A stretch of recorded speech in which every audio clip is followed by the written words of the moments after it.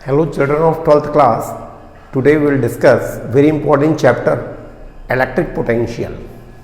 आज हम electric potential की बात करेंगे जिसको कि हम बोलते हैं विद्युत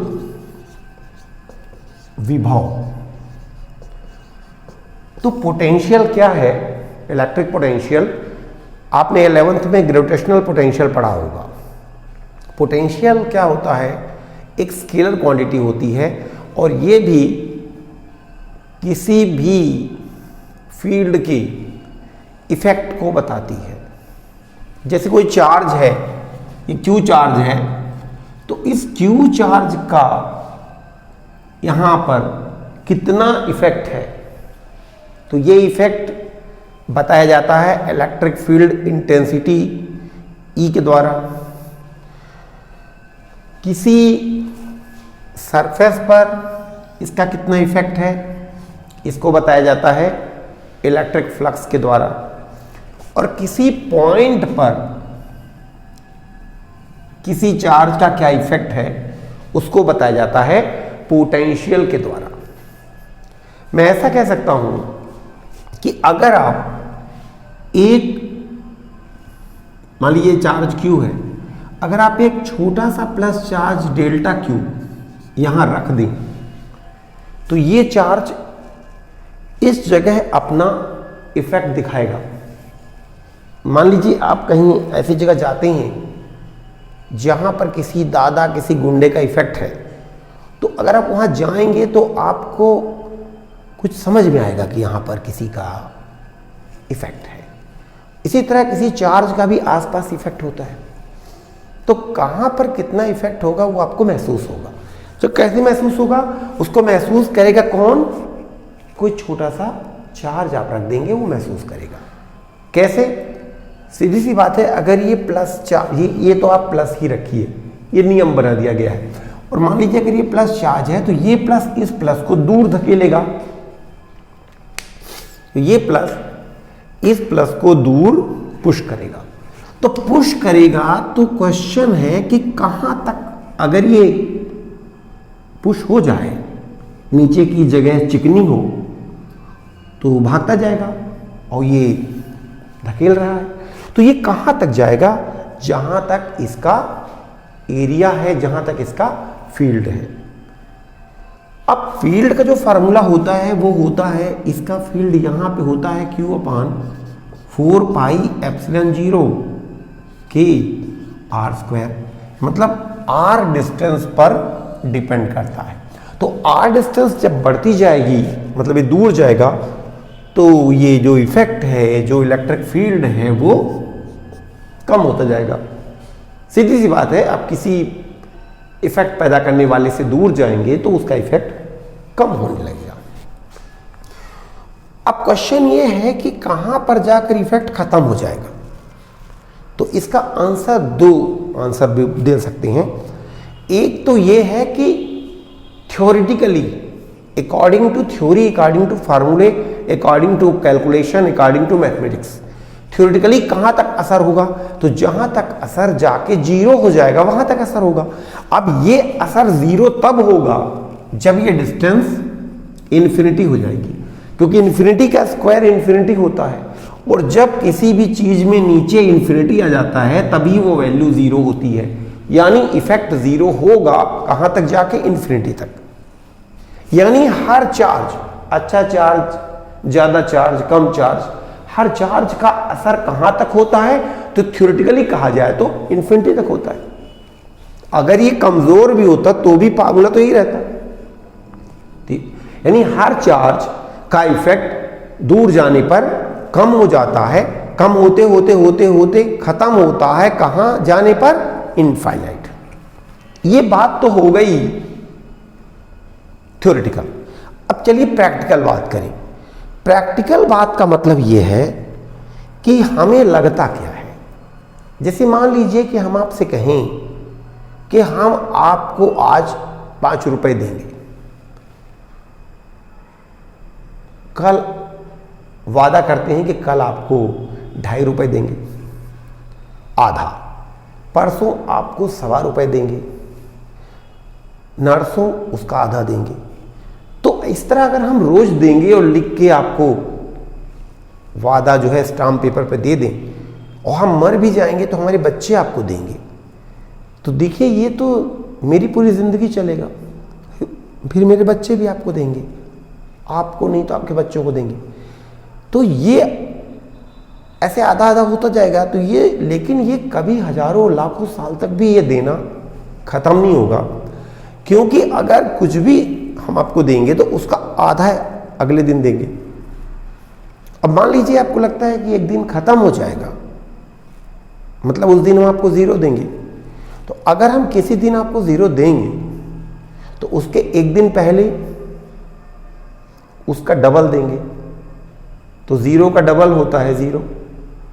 मतलब अगर मान लीजिए कभी कोई 25 तारीख आएगी, उस दिन हम 0 देंगे, तो 24 को हम क्या देंगे, उसका डबल यानी 0, और 23 को क्या दिए होंगे, उसका डबल यानी 0, फिर उसके पहले क्या दिए होंगे 0, उसके पहले क्या दिए होंगे 0। इसका मतलब कि आज भी हम 0 दिए, इसका मतलब हम दिए ही नहीं। तो देखिए 0 किस दिन देंगे, अगर किसी दिन 0 देंगे तो आज से दे ही नहीं रहे हैं। अगर हम आज का आधा कल देंगे, कल का आधा परसों देंगे, और आप मानते हैं किसी दिन नहीं देंगे मतलब 0 देंगे, तो इसका मतलब आज ही नहीं दे रहे हैं। क्योंकि दुनिया में ऐसा कोई नंबर नहीं है 0 के अलावा जिसका आधा करने पर 0 आए। तो कहने का मतलब अगर हम कुछ भी दे रहे हैं, 5 रुपए दे रहे हैं, 500 दे रहे हैं, उसका आधा कुछ होगा, फिर और आधा कुछ होगा, कुछ होगा, कुछ होगा, लेकिन कुछ दिन बाद वो इतना कम हो जाएगा आधा पैसा कि जो हम देंगे भी तो आप लेने नहीं आएंगे, और अगले दिन उसका आधा चौथाई पैसा हम देंगे तो आप कहेंगे होगा छोड़िए। तो कहने का मतलब कोई चीज कम होते होते होते होते ठीक है कि 0 इनफाइनाइट दिनों में होगी, लेकिन उसके काफी पहले ही वो इतनी कम हो जाएगी कि ना मैं उसको दूंगा, क्योंकि आप उसको लेंगे ही नहीं।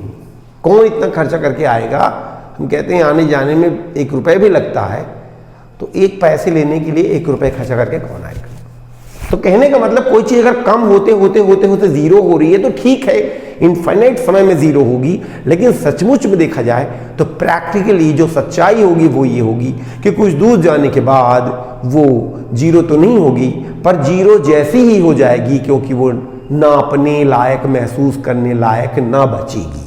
यानी ऐसा लगेगा कि इफेक्ट खत्म हो गया। तो प्रैक्टिकली इफेक्ट खत्म हो गया, थ्योरेटिकली या फार्मूले कहेंगे इफेक्ट है मरा मरा सा, जिसे कि दुनिया कहेगी कि अरे हो गया, कुछ इफेक्ट नहीं है। तो कहने का मतलब ये है कि कहां पर ये इसको धकेलेगा, कहां तक, इनफाइनाइट तक। थ्योरेटिकली इनफाइनाइट तक धकेलेगा, पर प्रैक्टिकली ये है कि कुछ दूर तक धकेलेगा, उसके बाद इतना कम धकेलेगा कि नहीं धकेलेगा, और हम कहेंगे कि अब वो इसको अफेक्ट नहीं कर रहा है।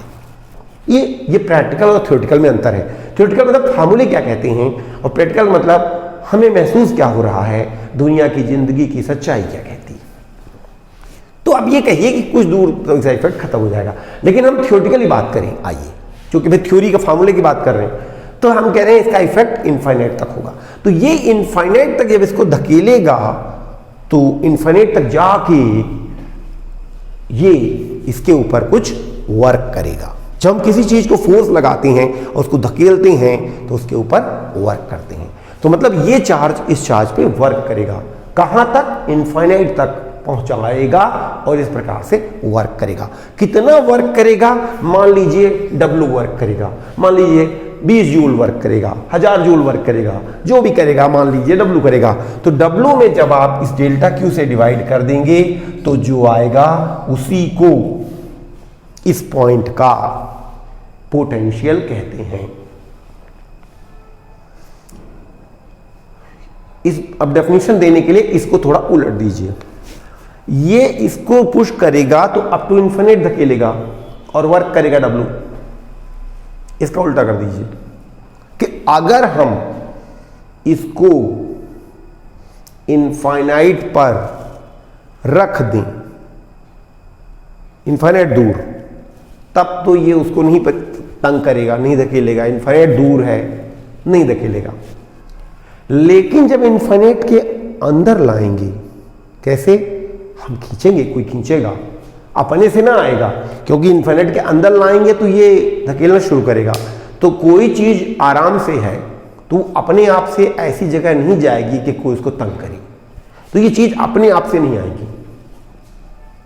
जैसे कि ये पेन यहां से हमने गिराया तो ये नीचे की ओर गिर गया, लेकिन अपने आप से ये पेन नीचे उसे ऊपर ना भाग जाएगा, ऊपर हमको ले जाना पड़ेगा।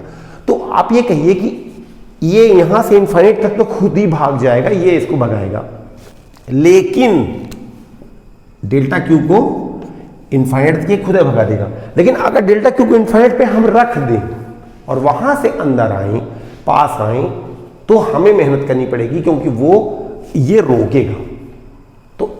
तो जब हम इनफाइनाइट से डेल्टा क्यू को लेके इस पॉइंट तक आएंगे तो हमें वर्क करना पड़ेगा डेल्टा क्यू पर, इसके खिलाफ, क्योंकि ये चाहेगा नहीं। तो हम कितना वर्क करेंगे? W, क्योंकि ये जो फोर्स है इलेक्ट्रोस्टैटिक फोर्स, ये कंजर्वेटिव फोर्स होता है। कंजर्वेटिव फोर्स का मतलब है कि जाने पर जितना वर्क होगा, अगर वापस लौटे तो उसका निगेटिव वर्क होगा। यानी अगर यहां रख देंगे और मान लीजिए ये इसके ऊपर 1000 जूल वर्क किया, तो अगर हम ले आएंगे तो हमें करना पड़ेगा यहां तक में 1000 जूल वर्क, या ऐसा कहिए कि ये करेगा -1000 जूल वर्क।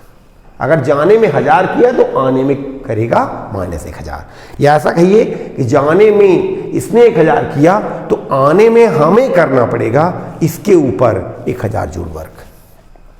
अब अगर हम मानते हैं कि ये हमारा है, हम लेके आ रहे हैं इसको, तो वो रोकेगा तो उसके खिलाफ वर्क करेंगे। और अगर हम ये मानते हैं कि हम इसको कह रहे हैं चलो, और ये नहीं आना चाहता, तो हमें इस पे वर्क करना पड़ेगा, इसको पकड़ के ठेल के लाना पड़ेगा। तो अगर हम कहते हैं कि ये हमारी चीज है, तो हम कहेंगे कि हमारी चीज हम ले जाएंगे, तो उसको जो रोकेगा, हमारी लड़ाई उससे चल रही है। और अगर हम ये मानते हैं कि ये हमारा नहीं है, हम क्योंकि हमने इसको कहा चलो तो नहीं चला, तो हम पकड़ के इसको ठेल रहे हैं और इस पे हम कर रहे हैं मेहनत। किसी पे भी मान लो कि हमने डेल्टा क्यू पे मेहनत की, या हमने डेल्टा क्यू या हमने अपने डेल्टा क्यू को लाने में इसके खिलाफ मेहनत की। ये नियम होता है, ये नियम होता है। तो डेफिनेशन कहती है कि potential at a point is equal to the work done in bringing a unit positive charge from infinite to that point. ठीक है, इसको आप याद रखिए। इलेक्ट्रिक पोटेंशियल की डेफिनेशन है कि अगर आपको, मैं फिर से बता रहा हूं, पोटेंशियल एट दिस पॉइंट, कहीं और बता रहे हैं ताकि आपको बात समझ में आए, मतलब वही मतलब है चाहे यहां चाहे वहां, is equal to the work done in bringing a unit positive charge from infinite to that point. मान लीजिए आप P पे पोटेंशियल चाहते हैं, तो आप इनफाइनाइट से डेल्टा क्यू पॉजिटिव चार्ज को इनफाइनाइट से P तक ले आइए, तो आपको वर्क करना पड़ेगा W इनफाइनाइट P। ऐसा इसलिए लिख दिया कि आपको याद रहे कि W वर्क करना पड़ेगा इनफाइनाइट से P तक।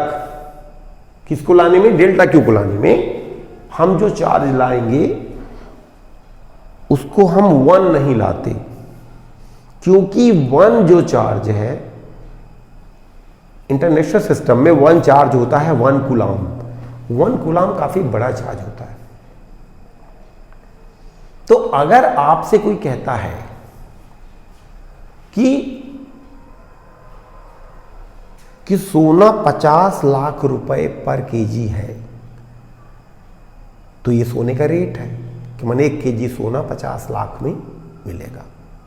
फिर रेट ऐसा ना होता है कि आलू 20 रुपए केजी है, सोना 50 लाख रुपए केजी है। लेकिन 50 लाख तब लगेगा जब 1 केजी आप सोना खरीदेंगे। तो क्या लोग 1 केजी सोना खरीदते हैं? शादी में भी नहीं खरीदते। लोग 0.0002 केजी खरीदते हैं, तो कम लगता है। पर रेट तो 50 लाख पर केजी ही न बोलेंगे। तो कहा यही जाता है कि यूनिट चार्ज पर, यूनिट पॉजिटिव चार्ज पे कितना वर्क करना पड़ेगा, दैट इज पोटेंशियल। लेकिन यूनिट पॉजिटिव चार्ज लाया नहीं जाता है, लाया जाता है कोई भी छोटा चार्ज जिससे कम वर्क करना पड़े। क्योंकि अगर बहुत वर्क करना पड़ेगा तो करेगा कौन, और बहुत ज्यादा वर्क हम करेंगे तो वो वर्क इस पे होगा या उस पे होगा और उसका असर इस पे पड़ेगा, क्योंकि वो जब आएगा तो इसको ठेलेगा। तो ऐसा ना हो कि ये भाग देगा यहां से तो कहीं और चला जाएगा। तो जो वर्क हमें करना था उतना ना करना पड़ेगा। तो जो हम वर्क डन निकालेंगे वो कम हो जाएगा, क्योंकि ये पॉजिटिव लेके दौड़ेंगे तो ये उसको ठेलेगा, तो ये भगेगा, तो भग के यहाँ चला जाएगा, तो अब कम ठेलेगा तो कम वर्क करना पड़ेगा। तो हम कहेंगे कि भाई इतना वर्क करना पड़ा, तो कम वर्क करना पड़ा, तो कम वर्क में जब डेल्टा क्यू डिवाइड करेंगे तो कम पोटेंशियल आएगा। तो वो गलत हो जाएगा। क्यों? क्योंकि इसलिए नहीं कि हम ज़्यादा वर्क करना चाहते हैं, हम ज़्यादा पोटेंशियल निकालने में अच्छा महसूस करते हैं, ऐसा नहीं है। डिफरेंशियल की डेफिनेशन थी कि इनफाइनाइट से यहाँ तक आने में जो वर्क करना पड़ेगा, that work upon delta Q is potential. तो वो जो पोटेंशियल यहाँ पे निकलेगा वो तब निकलेगा जब ये चार्ज क्यू यहाँ हो, और जब चार्ज क्यू वहाँ चला जाएगा तो जो पोटेंशियल आप निकालेंगे यहाँ तक लाने में वो पोटेंशियल आएगा, पर तब आएगा, तब वाला पोटेंशियल आएगा जबकि ये चार्ज यहां नहीं यहां है। तो आपसे क्वेश्चन ये पूछा गया था कि ये चार्ज यहां है, इसके कारण यहां क्या पोटेंशियल होगा। तो जब आप बड़ा चार्ज लेके चले आए तो आपने गलती ये कर दी कि बड़ा चार्ज लेके आने से उसने इसके ऊपर बड़ा फोर्स लगाया तो ये भाग गया, तो पोटेंशियल आपने निकाला यहां तक लाके, लेकिन वो पोटेंशियल यहां का आया जबकि ये चार्ज यहां पहुंच गया था या यहां से यहां जा रहा था, तब का आया। इसका मतलब ये निकला कि आपने क्वेश्चन को चेंज कर दिया। ये इसी तरह हुआ कि जैसे आपसे कोई कहे कि एक रूम की लेंथ 20 मीटर है और विड्थ 3 मीटर है, तो उसका एरिया निकालिए। तो आप कहें एरिया आपको ऐसा निकालना चाहिए 20 metre into 3 metre equal to 60 metre square. तो आप ऐसा न करें, आप कहें कि 20 मीटर रूम की लेंथ है। अरे 20 मीटर बहुत होता है, 20 मीटर का कोई रूम बनाता है, गलत है। ये 4 मीटर मान लो, क्योंकि बहुत होता है 20 मीटर रूम। मान लो 4 मीटर रूम है और विड्थ है 3 मीटर, और आप कहें कि आ गया एरिया, तो आ तो गया, लेकिन इस आंसर में क्या गलती है? क्योंकि आपने ये आंसर वो नहीं है जो पूछा गया था। आपने कहा, आपने क्वेश्चन को ही बदल दिया। तो question, you are not here to change the question, you are here to solve the question which is given. जो क्वेश्चन दिया है आप उसको सॉल्व करिए, उसको चेंज मत करिए। फिर से हम शुरू करते हैं। क्वेश्चन कैसा आएगा कि कोई चार्ज Q है, वो यहां रखा है, उसके कारण यहां का पोटेंशियल बताइए। तो आप कैसे सॉल्व करेंगे? नियम कहता है कि आप इनफाइनाइट से 1 कूलम चार्ज लेके यहां तक आइए, जो वर्क हो वही पोटेंशियल होगा, क्योंकि पोटेंशियल की डेफिनेशन है कि potential at a point is equal to work done in bringing a unit 1 coulomb positive charge from infinite to that point. ये हो गई डेफिनेशन। लेकिन जब इसको प्रैक्टिकली करेंगे तो ऐसा नहीं करेंगे। क्या करेंगे? 1 कूलम चार्ज को नहीं लाएंगे हम, क्योंकि 1 कूलम बहुत होता है।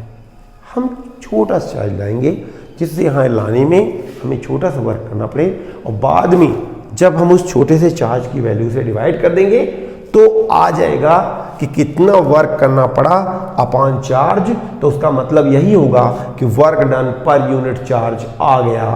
एक चार्ज लाते तो क्या वर्क होता वो आ गया, और उसी को पोटेंशियल बोलेंगे। जैसा कि डेफिनेशन है कि पोटेंशियल वो वर्क है जो यूनिट चार्ज को इनफाइनाइट से किसी पॉइंट तक लाने में करना पड़ता है, लेकिन ऐसा करने के लिए हम लाएंगे यूनिट चार्ज नहीं, पॉजिटिव लाएंगे लेकिन छोटा सा लाएंगे। ठीक है, तो अगर हम बड़ा चार्ज लाएंगे तो क्या होगा, उससे हमारा क्वेश्चन बदलने का डर है, क्योंकि जो हम बड़ा चार्ज लाएंगे वो बड़ा चार्ज इसके ऊपर एक बड़ा फोर्स लगाएगा और उस पर खुद भी एक बड़ा फोर्स लगेगा। जब हम किसी पर बड़ा फोर्स लगाते हैं तो वो भी हमारे ऊपर बड़ा फोर्स लगाता है, क्योंकि न्यूटन का थर्ड लॉ है कि हर एक्शन का इक्वल एंड अपोजिट रिएक्शन होता है। तो हम बड़ा फोर्स लगाएंगे उसके ऊपर और हमारे ऊपर बड़ा फोर्स लगेगा। तो हमारे ऊपर कितना फोर्स लगेगा, बड़ा फोर्स लगेगा, तो डिस्प्लेस करेंगे तो बड़ा वर्क करना पड़ेगा, तो बड़ा वर्क करना पड़ेगा तो ये बड़ा आएगा, लेकिन चार्ज भी तो बड़ा है, तो डिवाइड करने में जो पोटेंशियल आना है आएगा वही। लेकिन जब बड़ा फोर्स लगेगा तो हम वर्क निकाल लेंगे, लेकिन उस पर जो बड़ा फोर्स लगेगा हो सकता है कि उतने फोर्स में चुपचाप बैठा रहे, ये ऐसा अरेंजमेंट सवाल देने वाले ने ना किया हो, तो कहीं वो डिस्टर्ब हो गया तो आपका क्वेश्चन ही चेंज हो जाएगा। इसीलिए मैं इलेक्ट्रोस्टैटिक के सारे मामलों में आपको बताता हूँ कि electric field intensity is equal to force acting on unit charge, लेकिन यूनिट चार्ज रखते नहीं। Electric potential is work done on unit charge, पर यूनिट चार्ज नहीं करते हम छोटा सा डेल्टा क्यू चार्ज है तो उस पर वर्क डन निकालते हैं। ठीक है, क्लियर हो गया। तो पोटेंशियल की डेफिनेशन हो गई कि पोटेंशियल एट अ पॉइंट, आप नोट कर लीजिएगा कि electric potential at a point is equal to work done, potential at a point is equal to the work done in bringing a unit positive charge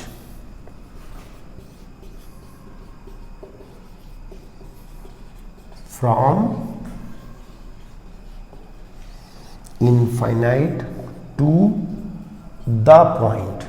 the point मतलब वही point जहां potential निकालना है। Potential at a point is equal to work done in bringing a unit positive charge from infinite to the point, उसी point तक। यहां potential निकालना है तो इनफाइनाइट से पॉजिटिव चार्ज को आप यहां तक लाएंगे, यहां पोटेंशियल निकालना है तो इनफाइनाइट से पॉजिटिव चार्ज को यहां तक लाएंगे। अब कोई ये कहेगा कि सीधी लाइन में लाएंगे कि टेढ़ा मेढ़ा ले आएंगे, तो इसका आंसर ये है कि this work done is work done against electrostatic field, and electrostatic field is a conservative field, and work done against this field does not depend on path।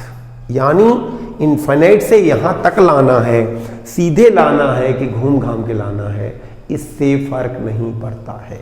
आप कैसे भी लाएंगे, इलेक्ट्रोस्टैटिक फोर्सेस के खिलाफ जो वर्क आपको करना है उतना ही करना पड़ेगा। अगर आप सीधे लाएंगे इनफाइनाइट से एकदम, तो यहाँ तक आने में मान लीजिए 1000 जूल करना पड़ा, तो आप अगर ऐसे ऐसे घूमते हुए लाएंगे ऐसे ऐसे यहाँ तक, तो भी 1000 जूल ही करना पड़ेगा। अगर आप इनफाइनाइट से लेके मान लीजिए आप उधर का इनफाइनाइट नहीं लेते, आप इधर का इनफाइनाइट लेते हैं, इधर का इनफाइनाइट लेके आप आएंगे ऐसे ऐसे ऐसे और ऐसे करते करते ये यहाँ ला दिए, या ऐसे आते आते आते आते आते आते आप यहाँ से आके ऐसे ऐसे करते करते करते यहाँ तक आ गए, कोई दिक्कत नहीं, किसी रास्ते से आइए। इनफाइनाइट से चलिए P तक आइए, कहाँ से कहाँ तक इस पे वर्क डन डिपेंड करता है, किस रास्ते से आए इस पे वर्क डन डिपेंड नहीं करता। हालांकि जो हम फार्मूला निकालेंगे उसमें सीधे आके ही निकालेंगे ताकि ज़्यादा कठिनाई ना आए। तो वर्क डन अगर इतना करना पड़े और ये चार्ज ब्रॉट है तो इससे आप पोटेंशियल आ जाएगा। वर्क स्केलर है, चार्ज भी स्केलर है, इसलिए पोटेंशियल भी स्केलर होगा। और पोटेंशियल की एसआई यूनिट होगी, इलेक्ट्रिक पोटेंशियल को पी से नहीं डिनोट करते, पी पॉइंट है, पोटेंशियल को वी से डिनोट करते हैं। तो SI unit of electric potential कितना हो जाएगा? ध्यान से आप इस सब लेक्चर को पढ़िए, हम लोग समझाते हैं और 2500-300 साल से काफ़ी अच्छा समझाने वाले के रूप में हम लोग फेमस हैं। तो आप यूज़ करिए इसका और आप ढंग से पढ़िए और अपनी लाइफ बनाइए। एक बात मैं आपको बता दूं अपने बच्चों को कि पिछले कई सालों से हम ये महसूस कर रहे हैं कि अगर कोई अच्छा बच्चा, उसका रिजल्ट आना चाहिए मान लीजिए 90% एग्ज़ाम में, और अगर उसका रिजल्ट आ गया 85, तो हम लोग परेशान होते हैं कि कम कैसे आ गया। या कोई बच्चा उसका रिजल्ट आना चाहिए 65 और वो फेल हो गया, तो हम लोग परेशान किए फेल कैसे हो गया। तो फिर उसके बारे में पता लगाते हैं उसके गार्जियन से, धीरे से या कहीं से भी, साथ के बच्चों से, तो पता लगता है कि वो ट्यूशन जाता था। यदि तेज बच्चा ट्यूशन जाता है तो उसे घाटा होगा, वो लड़खड़ाएगा लेकिन गिरेगा नहीं, क्योंकि तेज है, समझ जाएगा, कम पाएगा। ये भी हो सकता है कि कई बार वो जान ही ना पाए कि ट्यूशन जाके मैं कम पाया। हो सकता है वो मूर्ख हो इस मामले में कि वो एसेस ना कर पाए। मान ली कोई बच्चा है, हमने उसको देखा और हमने कहा, सोचा मन में कि इसका 90 आएगा, लेकिन वो बच्चे को हम खुद ही नहीं बताते, और वो बच्चा हो सकता है कि खुद ही सोचे कि मैं 80 आएगा मेरा, इसलिए कि हम लोगों के पढ़ाने पर वो रिस्पॉन्स तो आज बहुत अच्छा कर रहा है 12th क्लास में, लेकिन उसका रिकॉर्ड ये रहा है कि उसका 75-76 आता रहा है, तो वो सोचेगा कि बहुत होगा तो 80 आएगा। लेकिन हम जानते हैं कि इतना बढ़िया इसकी पढ़ाई चल रही है, इसका 90 आएगा। तो अगर उसका 85 आ जाता है और वो ट्यूशन भी ज्वाइन करता है और 85 आ जाता है, तो सोचता है कि धन्य वो ट्यूशन की, मेरा 85 आया, नहीं तो मेरा 80 आता। और मैं सोचूंगा कि काहे 85 आया, तो पता लगेगा कि ट्यूशन ने खा लिया इसको, इसलिए 85 आया, अदरवाइज इसका 90 आता। लेकिन वो जान भी ना पाएगा अगर हमसे नहीं मिलेगा, हमारे सामने खुल के बात नहीं करेगा कि हम खुल के उसको समझा देंगे तुम बहुत बेवकूफ़ी की हो। क्योंकि ट्यूशन पढ़ के जो उसने बर्बादी प्राप्त की है, जो गंदी बातें सीखा है, वक्त बर्बाद किया है, फालतू दोस्ती की है, फालतू गाड़ी मोबाइल पा के टहला होगा, उन सब बातों से जो लॉस हुआ है, उसमें चूंकि उसको मज़ा भी आया है, इसलिए उसको वो दोषी नहीं ठहराता। वो सोचता है कि ट्यूशन न गए होते ना तो 80 आता, मैं ठीक 85 आया, ये स्कूल वाले बेकार है।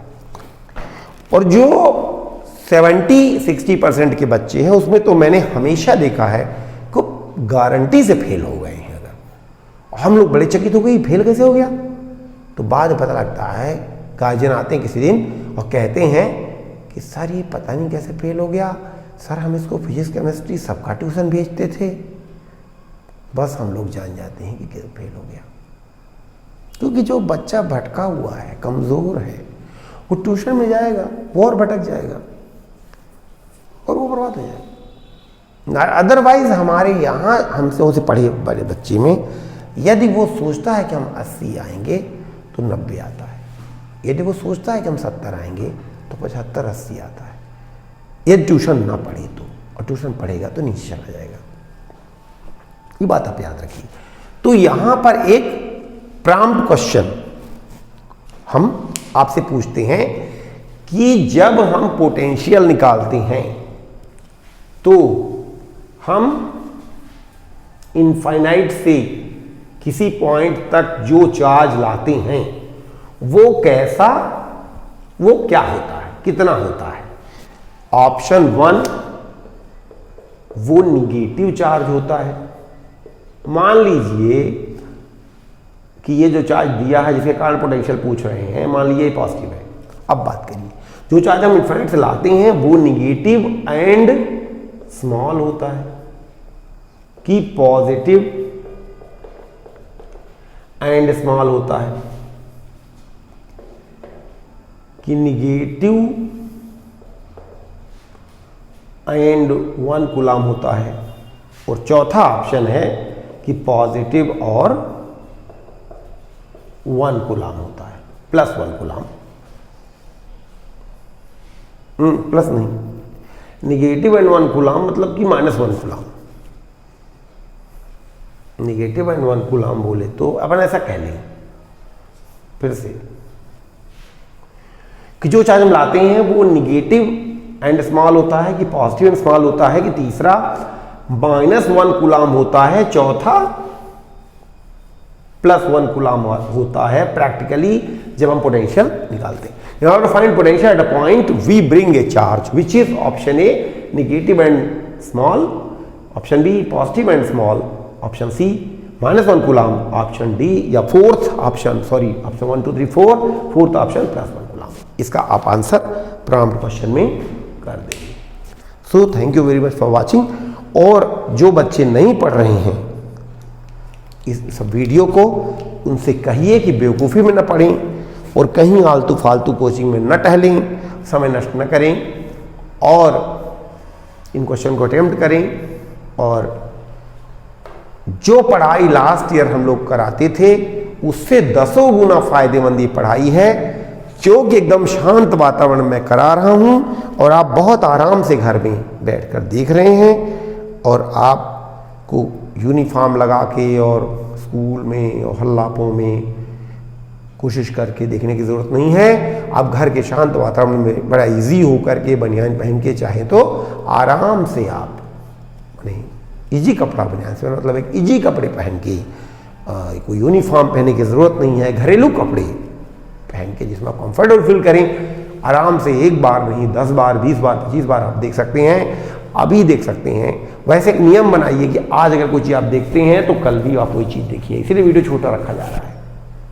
और कि आप बार बार देखें और एक बार आप 2-4 महीने के बाद फिर से देखें ताकि आपको याद हो जाए। ठीक है, इन बातों को आप ध्यान से पढ़िए और यूज़ करिए। So thank you very much for watching.